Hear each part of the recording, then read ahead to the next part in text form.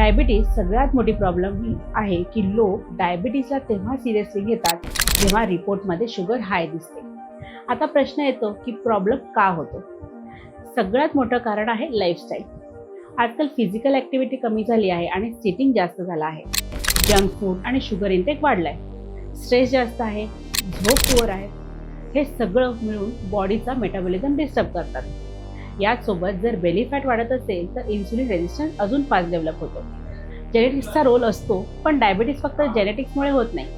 Lifestyle त्याला activate करते. याच कन्सेप्टवर माधवबागचा अप्रोच बेस्ड आहे, जिथे डायबिटीजला फक्त शुगर कंट्रोलचे डिसीज न मानता मेटाबॉलिझम डिसऑर्डर म्हणून पाहिलं जातं आणि लाईफस्टाईल व डाएटमधून मॅनेज व रिव्हर्स करण्यावर फोकस केलं जातं. आता बोलूया स्टार्टिंग सिम्पटम्स काय असतात.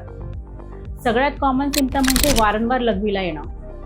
जर तुम्हाला नॉर्मलपेक्षा जास्त वेळा लघवीला जावं लागत असेल, स्पेशली रात्री, तर हा अर्ली सिग्नल असू शकतो. यासोबत एक्सेसिव्ह तहान लागणे, तुम्ही सारखं पाणी पित राहता तरीही ड्रायनेस फील होत राहतं.